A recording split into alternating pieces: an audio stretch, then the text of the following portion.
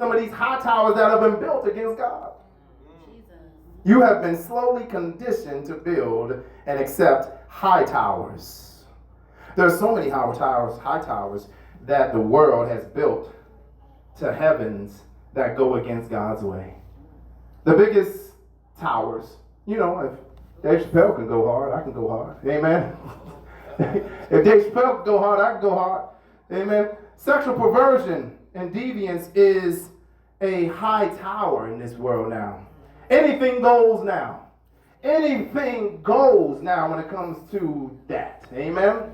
Anything goes. Look, we went from Mary J saying, I'm going down, SWV saying, going downtown, to now people are eating groceries. You didn't think I was going to say that? She's like, no, he didn't. Now they're eating groceries. If you don't know what that means, God bless you. But let me tell you something. First of all, ew. Second of all, E-O. I'll give you both letters, the E and the O. Second, you know it's conditioned because why in the world is it called eating groceries? Don't mess with my groceries. Giant Food ain't selling that. Safeway don't got that on the shelf. Eating groceries is now the new norm. 10 years ago when you was in high school, if you some boy, oh yeah, you just ask somebody, okay? I'm not gonna put nobody on the spot, because if I say somebody, why you pick me, Pastor? Why you say ask me? I feel offended. First Sunday, we're gonna talk. Look, I'm just saying, ask somebody who laughing, okay? Okay, so I'm just telling you, use your imagination to the worst part, and you there. To the worst part, Pastor. The worst part. Amen? The part. All right, so listen. Listen, I'm just trying to tell you something. It got bad. It's gotten bad. The kids don't know they were born in this. See, our grown parents was like, in my day, we would never ever think of doing some of the things y'all would say in 90s. It was like, oh, y'all so old-fashioned. Downtown's not a big deal. Just going downtown. Now, we looking like the old people like, oh my gosh, eating groceries? Oh my. That is so literally beneath me. Woo, let me get off it. I'm just listening to people like, you got what? Well, don't knock it. No, I'm knocking it. I'm definitely going to knock it.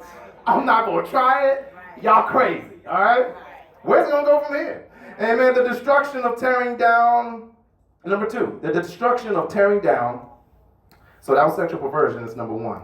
That's a big old tower. We're talking about big old towers. The biggest towers is in this country. Biggest towers affecting. Number 1, sexual perversion. Anything goes. If you feel good, do it. No more sexual deviance. They used to have laws that you couldn't do certain things. Sodomy used to be against the law. Right? Now anything goes. Don't come in. No, anything goes. Slavery, bondage, anything.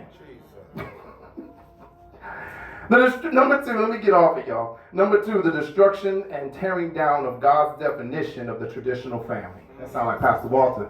He was predicting that for years. He said they're deliberately tearing. Some of us like, really? Is it really? Now we see, wow, Pastor Walter he was on it. He was talking about how they're deliberately changing the role of the male. They're deliberately undercutting the heads of the house and they've been making the fathers buffoons. It was systematic. Now they've gone from making them buffoons to making them effeminate. And now they done went to women and used the feminism movement to make the women masculine. And now the men are confused and a little threatened. So men got this new pledge. We're like, well, I ain't never getting married. There's a whole new pledge going out. Men like, well, I'm about me now. There's I'm about me pledge going on. Y'all gonna have y'all me too? Well, we gonna have a I'm about me. Well, I ain't gonna get married. I ain't having no babies. I'll get with you now. Don't get it twisted. I'll get with you. But I ain't marrying you and I ain't gonna be in no relationship. Come on, sisters. That is scary. That's what it is now. Meanwhile, while that's being torn down, you can see it in the movies. You can hear it in the songs. You can see it in the commercials. Especially in the black family. You just think you got a black family in a movie like they gonna make it, and then somewhere about the end of the movie they divorced or they dead or something. It's like, man, they're conditioning. There's always a problem in the traditional family. It's too much. The husband's like, being married is boring. And wife is like, I don't get enough excitement. The children are like, I can't stand it here. The traditional family is being programmed to us visually, auditorily, commercial, subliminally, that it's just no good. That model doesn't work. Meanwhile, they push the feminine movement. I already said that. But meanwhile, same-sex marriage is the happy, blissful view that is the option to answer to life. Yeah. Everything posted on everywhere in advertising, same-sex marriage is just perfect and they're happy. This is it, everybody. I would love to ask Ellen. Ellen, like, you really? She can't go back. She's like, yeah, I pretty much got both feet in. Even if I have a TV show and everybody knows me as this. I'm just saying, here's the point I'm trying to make. It don't matter what relationship you're in. It's going to be issues. It's going to be problems, okay? There's going to be problems, there's going to be issues, there's going to be challenges, and there's going to be betrayals, there's going to be... So, let me tell you an example. I say there was a lesbian couple that was walking down the street to work the other day, and I saw them, and the young lady, one looked masculine, I thought it was a male and a woman, actually. So one was masculine, one was feminine, and y'all like, my God, just relax, y'all, just relax. He's saying this stuff. Just breathe, all right? They were walking down the street, right? And the girl was just walking off. She's storming off. I can't stand it. I'm tired of your cheating ways. And I was like, what? And so there was a group of construction workers, and I was walking up. We all men, and we just looking. And the feminine, the masculine one of them female. I'm trying, y'all. I'm trying what to say. But then she walked up and said, hey, get back here. Get back here. You better not walk no further. You better not walk no further. Let me tell you something. You better watch yourself. Get here. You better.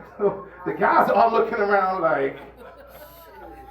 That's not the worst part, right? So she said, take no another step. Who you think you talking to? So I was like, we all just stunned and just looking, right? And then what was weird was the woman who was masculine stormed to get the woman, and she passed me. She gave me the look like, women. You can't walk it. Say mixed up, confused. She walked past me like, women, what you gonna do? Can't live with them. Like, all the construction workers who usually whistle and yell, me going to work, we just stunned, just like.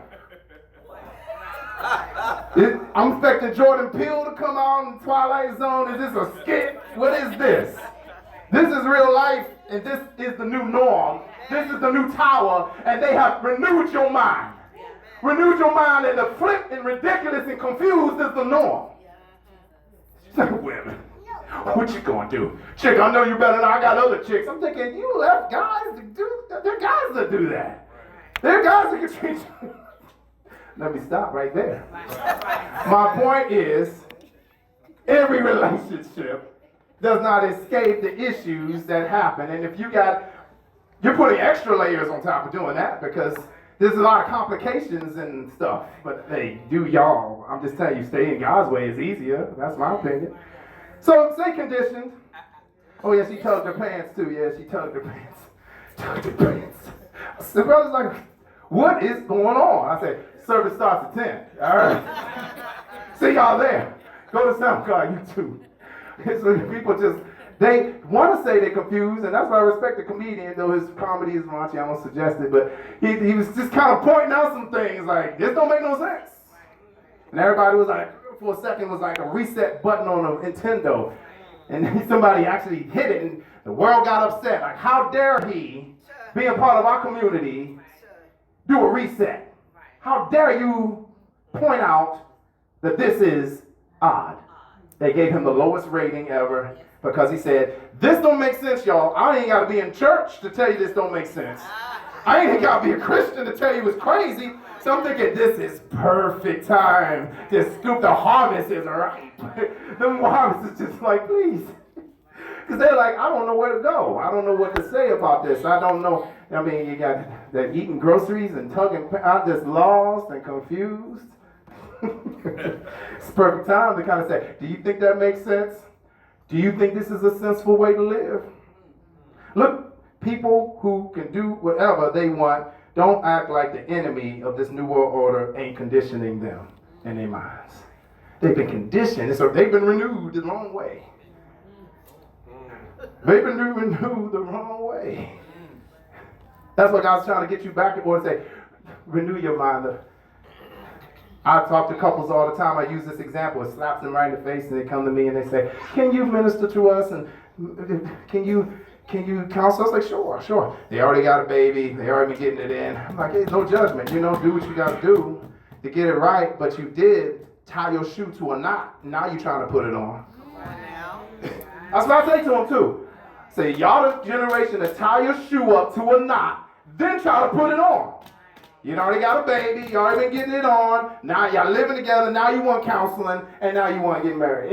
You can get that foot in that shoe, but boy, is it going to be painful. It's going to be hard. We're going to have to wiggle, we might have to get some Vaseline. That knot is so tight. You're tying your shoe, they're just thinking backwards. No, forget putting your shoe on first. Tie it to a tight knot, then put it on. Put it on. Try that. Try tying your shoe to a tight, double, triple knot and put it on, see how long you'll be sitting there trying to put your shoe on. That's the world. But they tell us we crazy for saying, no, don't tie knots before you put your shoe. Don't get yourself even tied up. Just don't do it. And they're like, no, you're trying to restrict me, you religious people, you God people, you Jesus freaks. I'm tired of it. I'm tying my knot. And I'm going to tie it tighter than anybody. Matter of fact, I'm going to put 2 knots in it. And then they come to us and say, can you help us put this shoe on? Because something ain't right in our relationship. Because we can't get our feet in this shoe.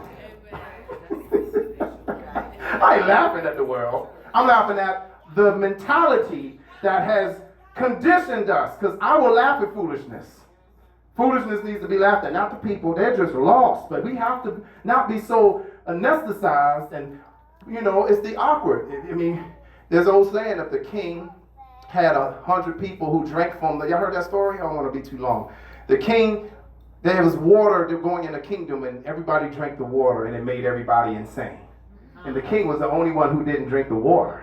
And everybody was in there was insane. They all had that's like I am legend. Everybody in this world was a zombie and Will Smith was the only one who was human. And the zombies are walking around thinking like, this guy's a zombie. And he's like, wait a minute, I'm trying to heal y'all. Y'all the one that got the infection that created y'all into these zombies. No, but if the whole world becomes zombies, then they make us the zombies. That's the renewing of the world. They made the Christian church the zombies. We the enemies of the state now. We the enemies. We the oddballs. We the weird ones. What? Praying? What? Fasting? What? Saving yourself till marriage? That is just ridiculous. You better eat you some groceries and have a good time. Just, what? I thought I'd wait till... You better eat them groceries. Get us some groceries. Get us some groceries. Want me to get you some groceries? Listen, y'all. It is the truth. We are the zombies. We are the weird ones. We are the ones who did not drink the poison and everybody walking around crazy and they wanted to attack the king because he was the only one sane. He's sitting there like, no, y'all stop drinking the water. They're like, no, king, you're crazy. They all were crazy. Now, that's hard for the world to accept. That's the underestimated ego. That's hard. Okay, that was number 2. Number 3, weed. We don't need to go hard on this. It is what it is. I'm tired of everybody getting high. Everybody high. Everybody high. Everybody high. The bus driver, the Uber driver, your pharmacist, your dentist, everybody getting high. And if some of y'all like, oh yeah, I remember that smell, I remember that, but see, I don't smoke. And I'll be like, that smells like skunk. When people get on it, you just don't know what it smells like. If you ain't never, you gonna get on me. That stinks, but you gonna get on me. You just ain't never been there, Christian boy. That is the good. I'm like, that ain't good. That stinks. What happened to Nancy Reagan's just say no? What happened to Nancy Reagan's just say no to drugs? What happened? They did the same thing to the prohibition. They knew alcohol consumption would alter society. They knew it would corrupt society, cripple society. And they said, let it go, we'll make millions off of it. Stop it. Stop making it a prohibition. Let's just start selling. And now we got, instead we have these guys named Budweiser and Michelob and Miller. They became billionaires. But we don't have no weed people named Jenkins Weed. We don't have no Jenkins Weed commercials or Jackson's Nickel Bags commercials. There ain't no Della Reese's Joints commercials selling on the Super Bowl, Della Reese's Joints. No, because they're all them locked up. They don't lock the black folk up, but they let the bootleggers become millionaires and become, why? Because they wanted to make sure that they could corner the market, they being the culture that wants to hold African Americans back. They want to make sure they can corner the market in California and Colorado while their brothers serving long-term sentences for selling the same stuff. Why it's free now?